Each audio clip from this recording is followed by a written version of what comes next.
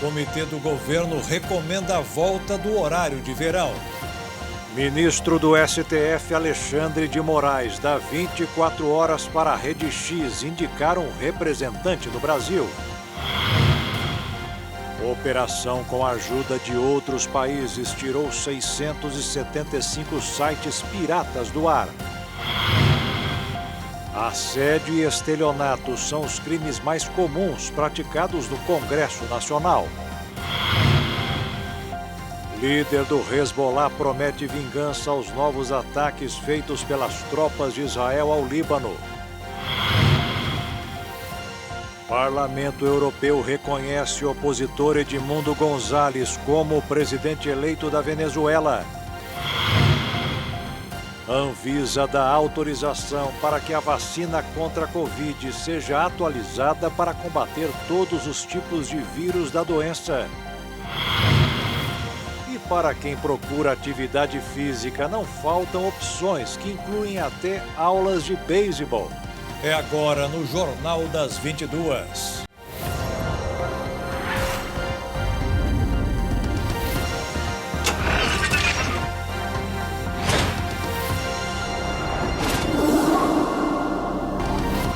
Olá, boa noite.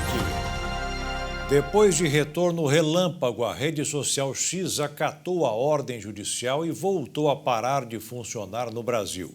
E o ministro do STF, Alexandre de Moraes, deu um prazo de 24 horas para que a rede indique oficialmente os seus representantes no país.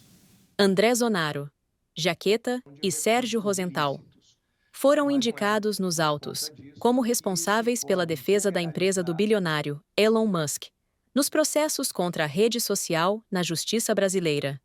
O ministro Alexandre de Moraes estabeleceu prazo de 24 horas para os advogados apresentarem documentos comprovando o vínculo.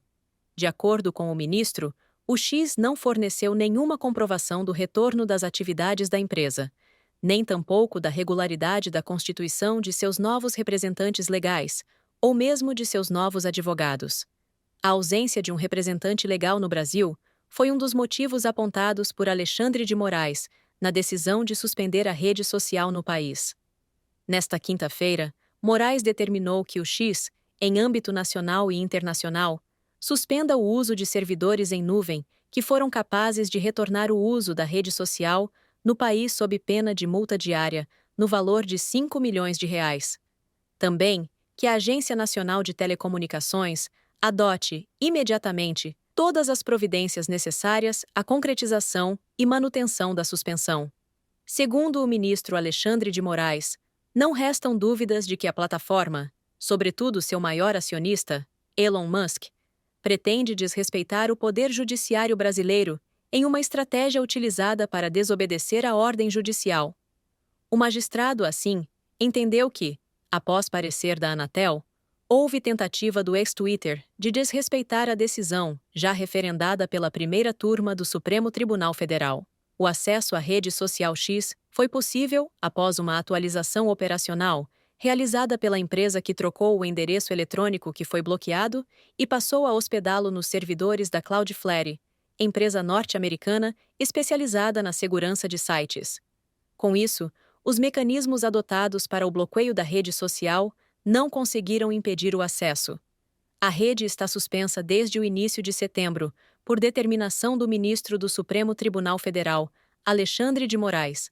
A Polícia Federal vai identificar as pessoas que seguiram usando a rede social X mesmo após a determinação de bloqueio da plataforma por parte do ministro Alexandre de Moraes, no dia 30 de agosto. Essa checagem está sendo feita para que elas sejam multadas, já que a determinação judicial estabelece sanções no caso de descumprimento. A identificação dos usuários de acessos irregulares foi solicitada pela Procuradoria-Geral da República e autorizada por Moraes na última segunda-feira.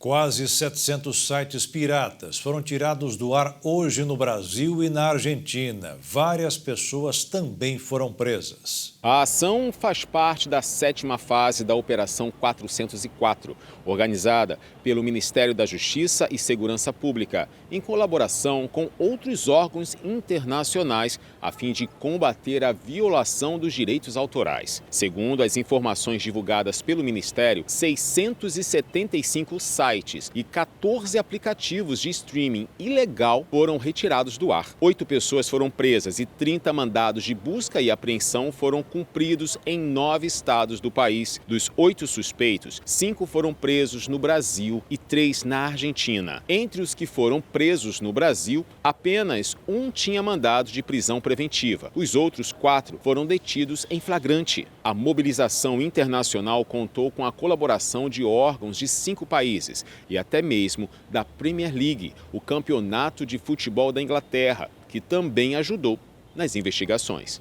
Quem depende do transporte público na cidade de São Paulo sempre precisou ter paciência e a dose aumentou. Segundo um levantamento divulgado hoje, em média, o paulistano leva 2 horas e 25 minutos por dia no meio do trânsito. Os passageiros de ônibus, metrô e trem perdem, em média, 2 horas e 47 minutos por dia em seus trajetos, o que significa 10 minutos a mais em comparação com 2023. Os motoristas de carro, no entanto, tiveram alívio. Hoje gastam 2 horas e 28 minutos na soma de suas viagens diárias, 18 minutos a menos do que há um ano. Os dados são da Pesquisa Viver, em São Paulo 2024. Mobilidade urbana da Rede Nossa, São Paulo, realizada pelo IPEC. Foram entrevistados 800 moradores da capital paulista com idades a partir de 16 anos e a margem de erro é de 3 pontos percentuais. Quando se compara o desempenho do transporte coletivo com o do carro particular, a pesquisa mostra uma troca desde o ano passado. Em 2023, motoristas de automóveis ficavam mais tempo no trânsito do que usuários do transporte público. Agora, a situação é inversa. O tempo gasto no transporte público tem aumentado ano a ano desde 2021, segundo a pesquisa. No último ano antes da pandemia de Covid, em 2019, os passageiros do transporte coletivo gastavam 20 minutos a menos para completar todos os seus trajetos diários. Para a população em geral, o tempo de deslocamento na cidade já está no patamar pré-pandêmico desde o ano passado. Esses resultados mostram uma tendência contrária ao que recomendam pesquisadores, entidades da sociedade civil e órgãos públicos. Há consenso de que é necessário investir no transporte público para diminuir os problemas como congestionamentos, emissão de poluentes, veículos. São a principal fonte de poluição do ar na cidade e desigualdade de acesso à mobilidade. A pesquisa usa 2 medidas para estimar o tempo gasto no trânsito: a soma de todos os deslocamentos realizados diariamente e a duração das viagens para realizar a atividade principal na rotina do entrevistado. Trabalho e estudo, por exemplo. Enquanto caiu a quantidade de pessoas que relatam esperar entre 5 e 15 minutos nos pontos de ônibus e terminais, aumentou a proporção de entrevistado que aguardam de 15 a 45 minutos pela lotação. O tempo de espera é um dos principais motivos citados por motoristas que nunca usam transporte público para essa decisão. E a Polícia Rodoviária Federal está realizando em todo o país a campanha Paz no Trânsito Começa por Você. São feitas várias atividades de prevenção e conscientização aos motoristas. A Semana Nacional do Trânsito 2024 começou com uma programação especial de atividades educativas. As ações, que serão abertas à população em diferentes pontos da cidade, acontecerão até o dia 25 de setembro. O PRF, junto com os demais órgãos de trânsito, vai reforçar então as ações educativas que já são realizadas ao longo de todo o ano. E essas ações elas envolvem então o cinema rodoviário, que é uma forma de fiscalização em que durante a abordagem o condutor ele é convidado a participar de uma pequena palestra, de exibição de vídeos sobre temas importantes nessa questão da segurança viária. Além disso, nós teremos também ação num shopping aqui da cidade de Campo Grande, teremos ações em palestras em escolas, em empresas, multas e também fiscalização dirigida, que nós falamos, que acontece em todas as delegacias no estado, que é durante a abordagem o condutor ele já receber também orientações específicas sobre temas que são importantes para garantir essa conscientização. Neste ano, o Conselho Nacional de Trânsito estabeleceu o tema "A paz no trânsito começa por você". Então, o objetivo é mobilizar atenções para os cuidados necessários para os motoristas, motociclistas e pedestres. Durante a campanha, serão desenvolvidas mais de 600 ações no Brasil, com foco em possibilitar a conscientização da população e promover a cultura, o cuidado e a responsabilidade no trânsito. Teremos várias frentes de atuações, né? Algumas delas são as ações coercitivas, as ações de fiscalização por parte da Polícia Rodoviária Federal, a qual a Polícia Rodoviária Federal entra com a parte de fiscalização e a concessionária entra com a parte educativa, né? Também teremos frentes de blitz educativas nos municípios lindeiros da concessionária, né? Que estão aí os municípios adjacentes à rodovia.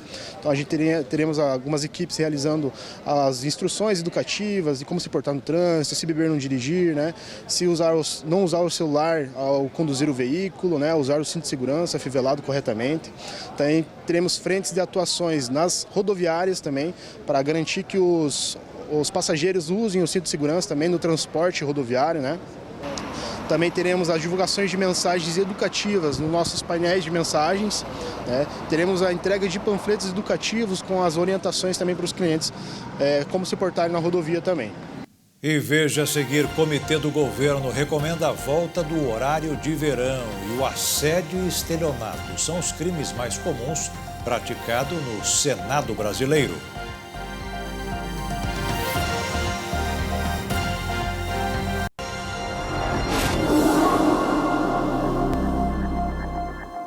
O Operador Nacional do Sistema Elétrico recomendou o retorno do horário de verão. Segundo o órgão, a medida serve para aliviar o sistema.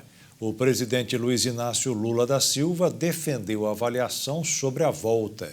Em uma reunião com o Comitê do Setor Elétrico no Rio de Janeiro, a ONS apontou que a adoção do horário de verão pode ajudar em momentos de pico de consumo, que ocorre entre 14 horas e 16 horas. A avaliação técnica do órgão indica que, tendo o pôr do sol, 20% do volume da energia gerada sai do sistema. A estratégia de transferir para um horário com mais geração solar reduz a necessidade de usinas. O comitê apoiou a sugestão da ONS, porém nenhuma decisão foi tomada. O ministro de Minas e Energia, Alexandre Silveira, vai levar a recomendação ao governo e para a Justiça. A decisão final está na responsabilidade do presidente Lula. Se adotado, a mudança nos relógios acontecerá após as eleições municipais. Lula ainda defendeu a avaliação técnica sobre a volta do horário de verão e autorizou o ministro de Minas e Energia a iniciar um estudo. Segundo os técnicos, com o retorno, a economia pode chegar a 400 milhões. Além do horário de verão, na reunião foram discutidos as ferramentas para a segurança energética e o planejamento.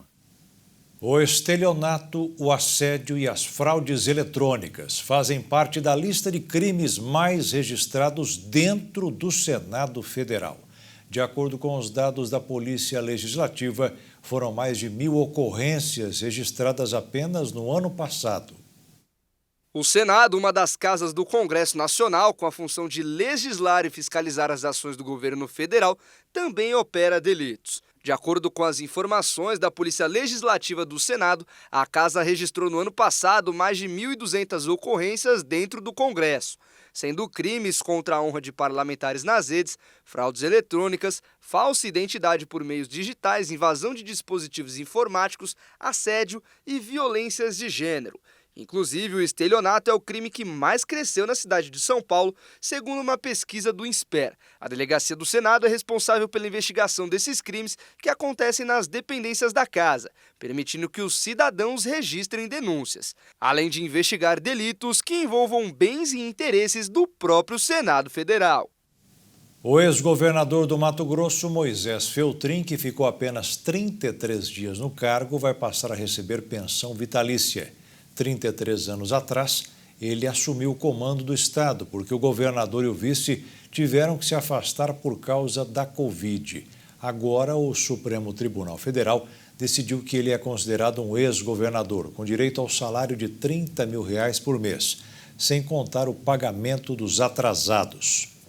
O brasileiro está apostando cada vez mais com intensidade no ramo da beleza. São abertos nada menos do que 30 estabelecimentos por hora, o que já tornou o Brasil como o quarto maior investidor do mundo neste setor.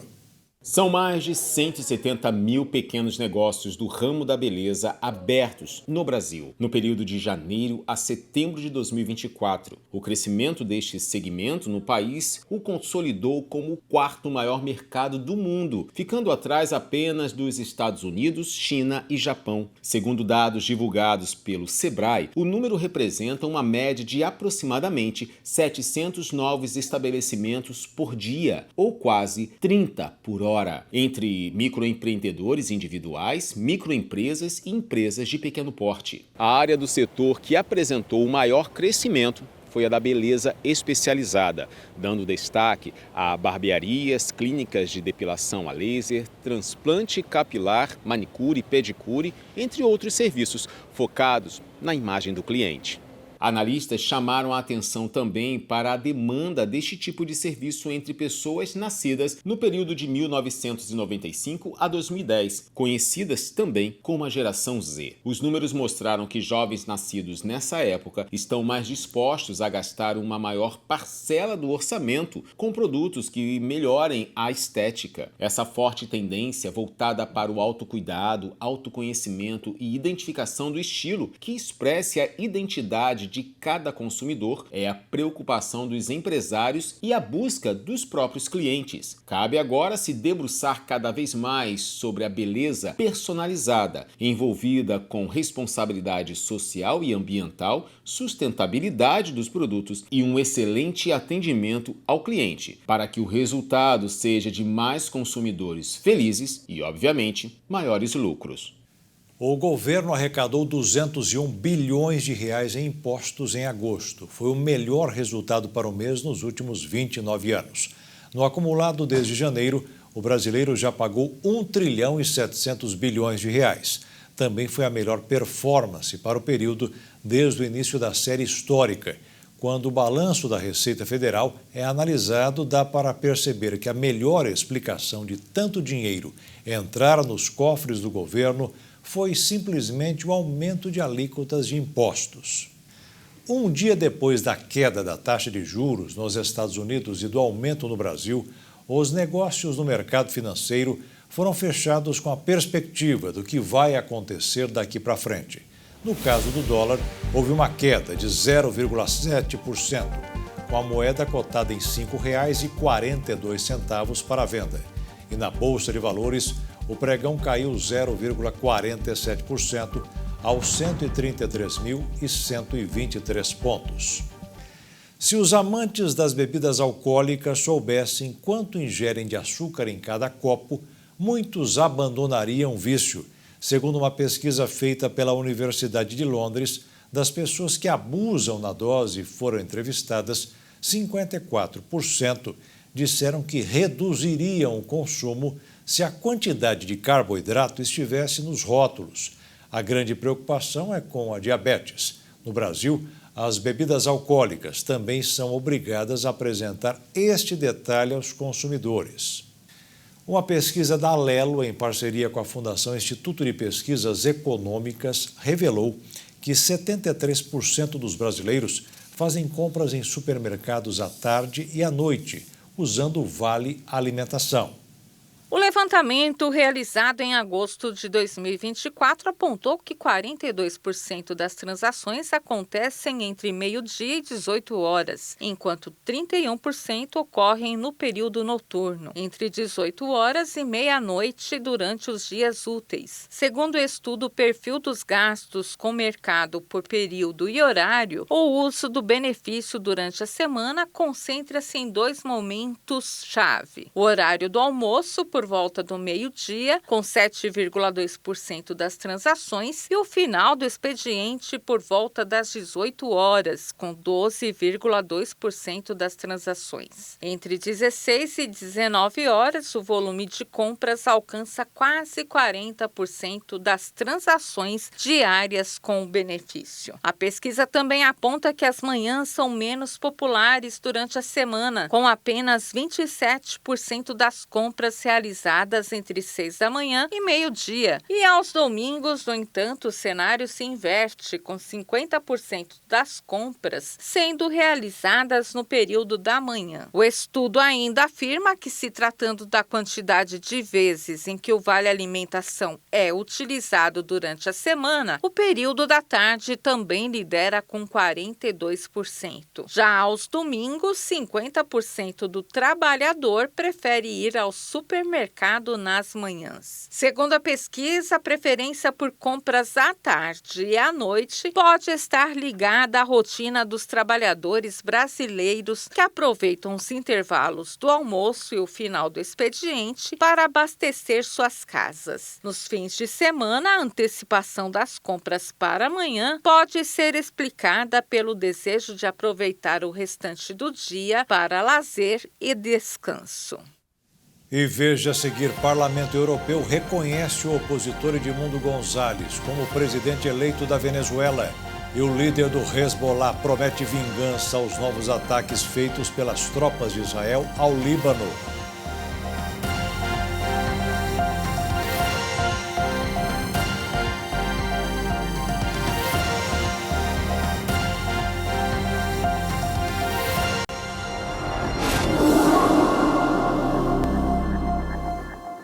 O chefe do Hezbollah, Hassan Nasrallah, reconheceu nesta quinta-feira que seu grupo sofreu um duro golpe depois que milhares de dispositivos de comunicação explodiram em ataques que ele atribuiu a Israel.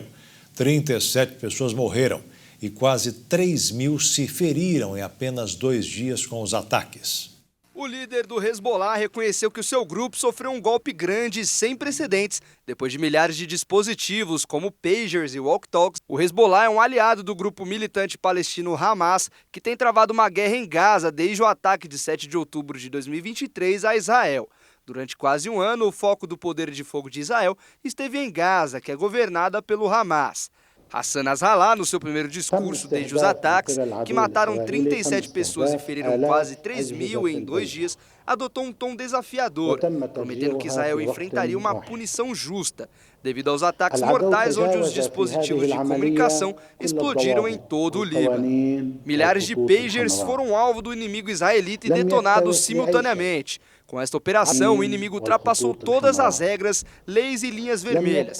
Não se importou com absolutamente nada, nem moralmente, nem humanamente, nem legalmente. Não há dúvida de que a agressão que ocorreu é grave. Como disse no meu discurso, não tem precedentes e será recebida com dura retribuição e justa retribuição, e justa punição, onde eles esperam e onde não esperam. Mesmo enquanto proferia o seu discurso televisivo, os aviões de guerra israelitas quebraram a barreira do som sobre Beirute. Israel não comentou os ataques em que pagers e walkie-talkies de agentes do Hezbollah explodiram. Mas o seu ministro da Defesa, Yoav Gallant, disse que as suas tropas têm estado envolvidas em confrontos quase diários com militantes do Hezbollah ao longo da sua fronteira norte, matando centenas no Líbano, a maioria deles combatentes, e dezenas em Israel, e que as trocas de tiros obrigaram dezenas de milhares de pessoas de ambos os lados da fronteira a fugir das suas casas. Nos últimos dias temos realizado uma série de discussões importantes. Esta é uma nova fase da guerra que contém oportunidades significativas, mas também riscos significativos. O Hezbollah sente que está a ser perseguido e que a nossa sequência de ações militares continuará. Os militares israelenses disseram ter atingido 6 locais de infraestrutura do Hezbollah e uma instalação de armazenamento de armas durante a noite no sul do Líbano, um reduto do grupo militante. A Agência Nacional de Notícias oficial do Líbano também relatou ataques e bombardeios israelenses em várias cidades do sul. O líder do Hezbollah, Hassan Nasrallah, disse que os ataques foram um massacre, que poderia ser um crime de guerra ou uma declaração de guerra, e prometeu continuar a luta do Hezbollah contra Israel até que seja alcançado um cessar-fogo em Gaza. A Organização das Nações Unidas abriu uma investigação sobre violações de direitos humanos feitas por Israel em Gaza. De acordo com a organização, o governo de Israel violou o Tratado Global de Direitos das Crianças em Gaza e já matou mais de 15 mil. As ações militares israelenses na faixa de Gaza tiveram impacto catastrófico sobre elas e estão entre as piores violações da história recente, segundo a denúncia. Um comitê da ONU acusou Israel nesta quinta-feira de graves violações de um tratado global que protege os direitos das crianças. Do total de vítimas em Gaza, de acordo com o balanço mais recente das autoridades palestinas, pelo menos 15 mil são crianças. Outras centenas ficaram feridas. Autoridades de saúde palestinas ligadas ao Hamas dizem que mais de 41 mil pessoas foram mortas em Gaza desde que Israel lançou sua campanha militar em resposta aos ataques do grupo terrorista em 7 de outubro do ano passado. Na ocasião, segundo contagens israelenses, 1.200 foram mortos e 250 feitos de reféns. Israel, que ratificou o tratado em 1991, na Conferência de Madrid, enviou uma grande delegação às audiências da ONU em Gênebra no início deste mês. Representantes israelenses disseram, porém, que o tratado não se aplica a Gaza ou a Cisjordânia e que o país estava comprometido em respeitar o direito humanitário internacional. Durante as audiências, os especialistas da ONU também fizeram muitas perguntas sobre as crianças israelenses, incluindo detalhes sobre aquelas feitas de reféns pelo Hamas. Os israelenses destacaram que o objetivo da campanha militar em andamento é eliminar o Hamas, mas os combatentes acabam se escondendo entre os civis, algo que o grupo palestino sempre negou. A União Europeia deu mais um voto contra a vitória contestada de Nicolás Maduro nas eleições da Venezuela. Para os europeus, o opositor Edmundo González venceu a disputa. O Parlamento Europeu reconheceu nesta quinta-feira o opositor Edmundo González Urrutia como presidente legítimo e democraticamente eleito da Venezuela depois das questionadas eleições de 28 de julho. A resolução foi aprovada por 309 votos favoráveis, 201 contrários e 12 abstenções. No texto, os eurodeputados pedem que a comunidade internacional faça toda a pressão possível sobre o regime de Maduro e ao círculo mais próximo do presidente para que aceitem a vontade democrática do povo venezuelano. O opositor venezuelano, refugiado na Espanha desde 8 de setembro, agradeceu a declaração. Ante la claridad de los resultados obtenidos en las pasadas Diante da claridade dos resultados obtidos nas eleições passadas na Venezuela, as democracias do mundo devem se pronunciar e devem fazer conforme o princípio inerente de apego à verdade e à vontade soberana dos povos. Depois das eleições, Maduro foi proclamado vencedor pelo Conselho Nacional Eleitoral para um terceiro mandato consecutivo de 6 anos, o que foi validado pelo Tribunal Supremo de Justiça. As duas instituições são acusadas de servir ao governo. A oposição venezuelana, liderada por González Urrutia e Maria Corina Machado, denunciou uma fraude e publicou na internet cópias de 80% das atas eleitorais que garantem demonstrar a vitória opositora. A União Europeia desconhece a reeleição de Maduro, mas tinha evitado até agora designar González Urrutia como presidente eleito.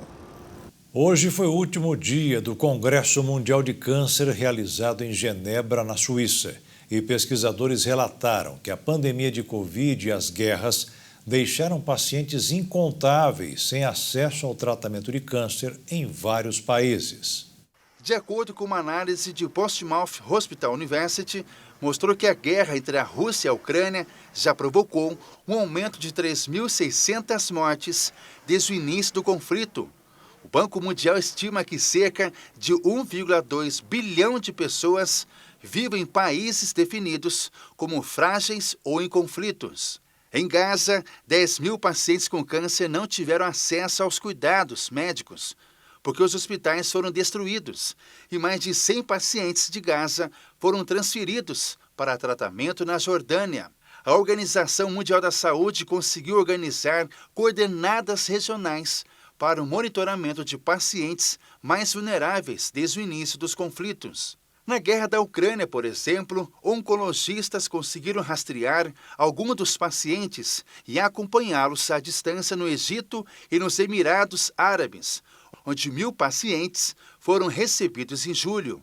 Entre as nações africanas, onde há cerca de 40 milhões de refugiados, também poderiam haver uma cooperação regional com impacto semelhante, mas as dificuldades são ainda maiores. Segundo a presidente da Federação das Instituições Filantrópicas de Apoio à Saúde da Mama, a mastologista Maíra Calef, as enchentes no Rio Grande do Sul causaram impactos na jornada de pacientes com câncer, que ainda estão sendo medidos. Uma das pesquisas da Fiocruz Pernambuco, por exemplo, analisou o impacto na atenção ao câncer de mama no primeiro ano de pandemia na rede de saúde pernambucana. Houve queda de consultas com mastologia, de ultrassonografias, biópsias, casos novos e cirurgia. O Congresso Mundial de Câncer finalizou hoje e tem como missão reduzir a carga global do câncer através da troca de conhecimentos e da ação coletiva. O Flamengo perdeu hoje de 1-0 para o Peñarol do Uruguai no primeiro jogo entre as duas equipes pela Libertadores da América.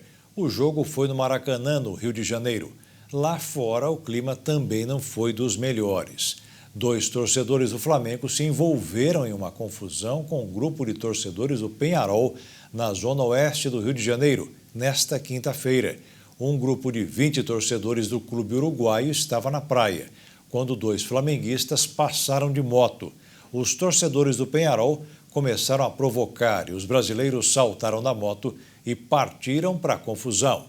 Eles trocaram empurrões e socos até a polícia aparecer. Um dos policiais presentes teve que dar um tiro para o alto com a intenção de separar a briga. E veja a seguir, a Anvisa dá autorização para que a vacina contra a Covid seja atualizada para combater todos os tipos de vírus da doença. E para quem procura atividade física, não faltam opções, que incluem até aulas de beisebol.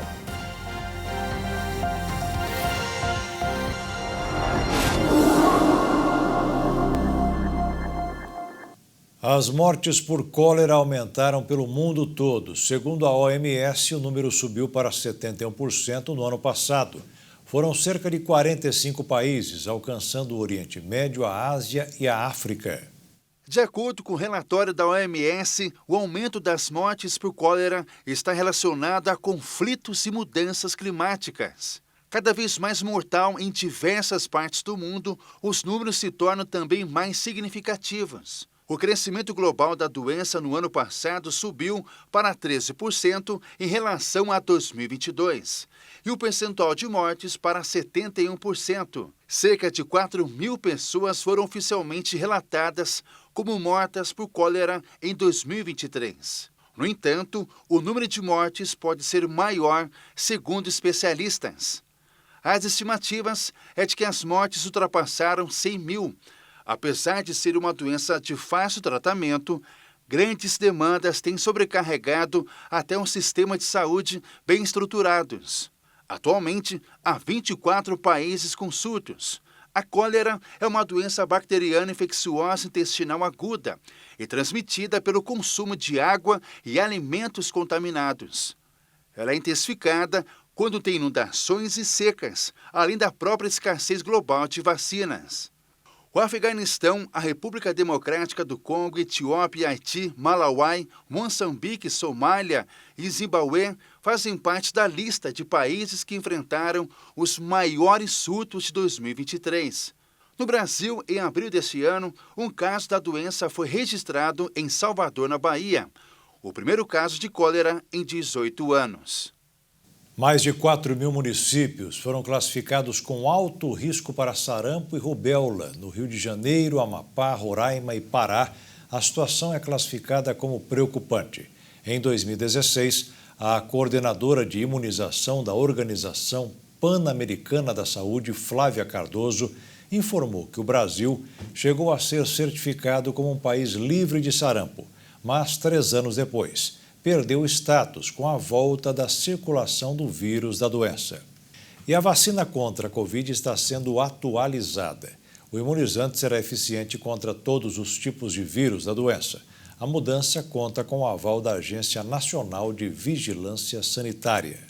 foram aprovadas durante a 17ª reunião ordinária pública da diretoria colegiada da Anvisa, realizada nesta quarta-feira, a resolução da diretoria colegiada e a instrução normativa que dispõe especificamente sobre as atualizações das vacinas contra a Covid-19 a serem atualizadas no Brasil. As normas aprovadas convergem com os padrões internacionais, indicando as cepas que devem compor essa vacina e as regras claras para sua atualização.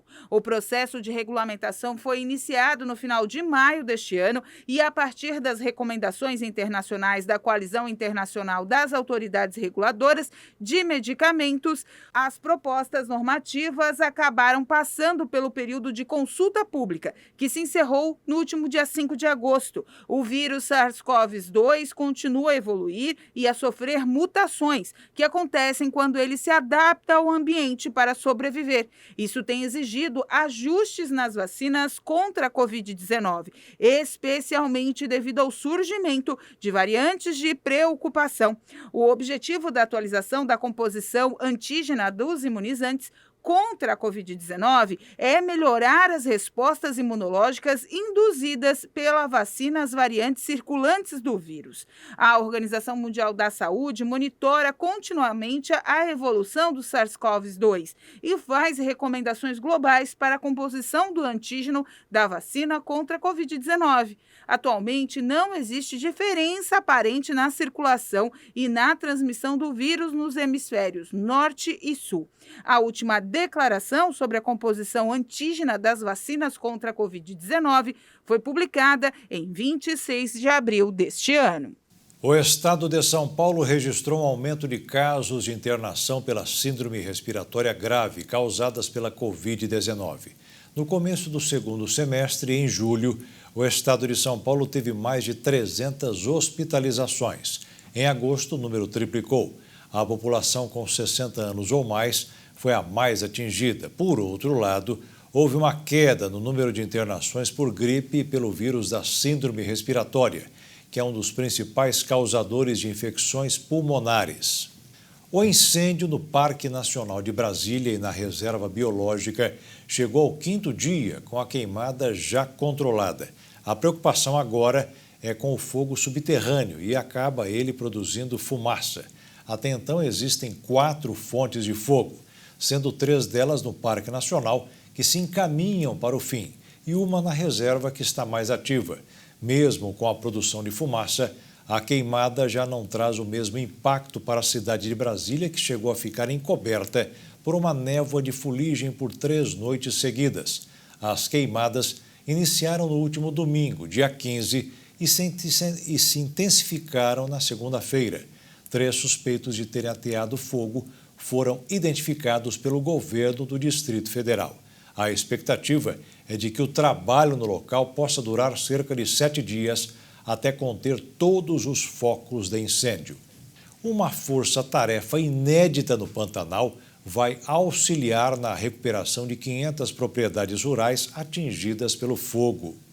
As propriedades localizadas no Pantanal de Mato Grosso do Sul, que foram atingidas pelos incêndios entre junho e agosto de 2024, receberam ajuda com soluções de recuperação. É uma ação inédita. Nós decidimos, depois de aprender muito lá com a superação no Rio Grande do Sul, nós mandamos os técnicos para lá, entendemos que a gente poderia fazer mais ou menos parecido, da mesma forma que foi feita no Rio Grande do Sul, aqui no nosso estado. Diferentemente, o nosso problema aqui foi as queimadas nessas propriedades. Os profissionais devem ficar 60 dias realizando mapeamento e diagnóstico das propriedades. A ideia é mandar 20 técnicos para o Pantanal, vai ser visitada essas propriedades que nós já temos levantado aqui e fornecendo a esse produtor ajuda para fazer o levantamento de custo de tudo que foi queimado e como que ele vai conseguir fazer essa reconstrução. Nós pedimos também, e foi aceito, junto ao Corém e à Sudeco, uma linha de crédito diferenciada a esses produtores que tiveram essa propriedade atingida. O nome do programa foi escolhido para dar continuidade à ação realizada no Rio Grande do Sul. Nós estivemos lá com praticamente quase 30 técnicos, aí foi diferente, na mesmo tipo de ação, fazia o levantamento das propriedades, inclusive levando feno para as vacas, só que lá, diferentemente daqui, lá eram vacas leiteiras, até 15 animais, 20 animais a gente conseguia resolver, onde a gente conseguiu, inclusive, em algumas propriedades, onde o produtor teve que mudar sua atividade, porque o dano foi tão grande com o solo que nós tivemos que mudar a atividade. Isso foi proposto por esse técnico e o produtor hoje já está em atividade. Outra preocupação é com a educação dos pantaneiros. Essa escola que a gente está pensando em lançar, com a pista de aviação com asfalto, toda essa estrutura, a gente está também lançando antes dessa escola, provavelmente no decorrer desse final, até o final do ano, antenas do Senaron. Nós temos um programa que chama Senaron, onde a gente consegue levar a internet a pontos isolados. A ideia é levar essas internet em algumas propriedades rurais e fazer esse levantamento via câmera de imagem na hora, para que a gente faça o controle efetivo do fogo, né? Quem mora em Campo Grande e gosta de praticar esportes, uma novidade. A capital de Mato Grosso do Sul agora tem aulas de graça de beisebol. E a garotada está aproveitando para praticar o esporte e até participar de competições. Você certamente já assistiu algum filme com esses equipamentos. E no país onde o futebol é mania nacional, o beisebol está ganhando cada vez mais novos adeptos.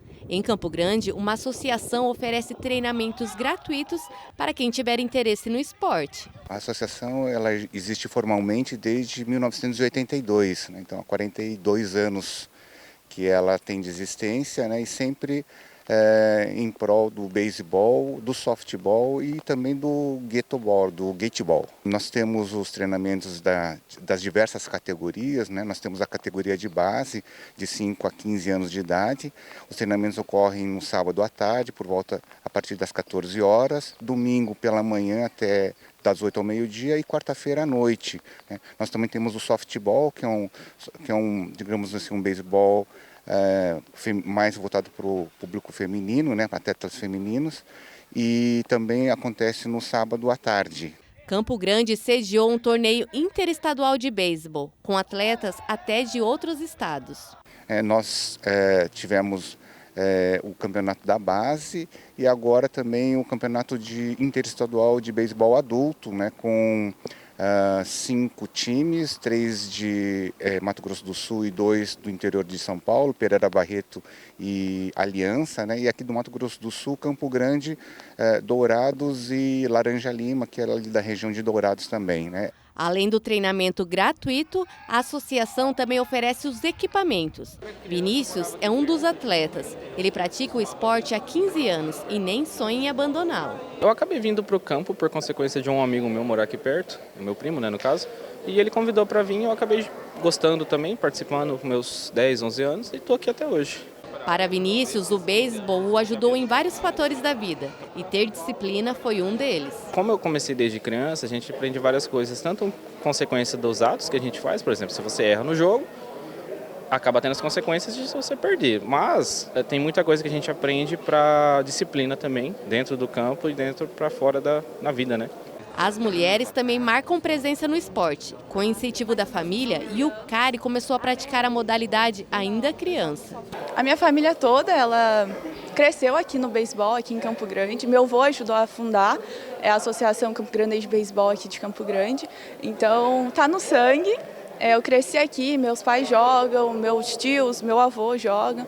Então, eu cresci já jogando aqui. Comecei jogando com meus 7 anos, eu iniciei no beisebol, não havia time, né, de soft na época, aqui em Campo Grande. Então, para ter os princípios básicos, ganhar uma base assim, para ter os fundamentos mesmo, a gente começa no beisebol, porque são esportes muito parecidos, né? Mudam alguns detalhes de regra, mas o fundamento é o mesmo. Hoje em dia, a mulherada tem até time para disputar campeonatos. Começou assim, mais concretizado em 2019, que a gente conseguiu formar um time com 9, né? Porque o time completo, posição assim, a gente funciona com 9 jogadoras.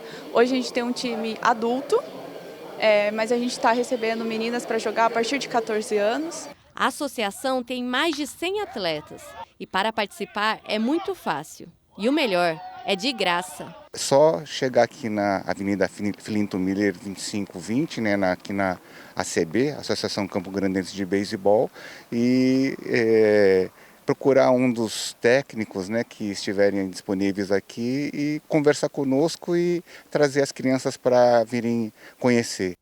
E o Jornal das 22 termina aqui. Uma boa noite para você e fique na paz. Tchau.